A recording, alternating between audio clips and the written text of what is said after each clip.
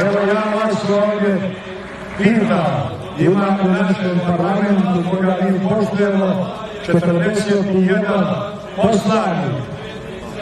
I oni su u ime naroda, koliko ja vidim, veliki broj naroda, oni koji su njih glasali, oni se danas nalaze širom Crne Gore u ovim sveštenim litijama.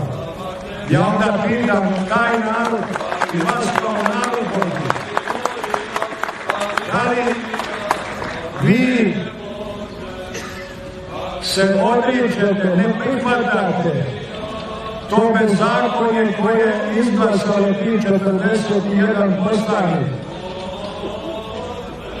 Odričete li se? Kažite, odričemo se. Odričete li se? Odričete li se? To je glas naroda.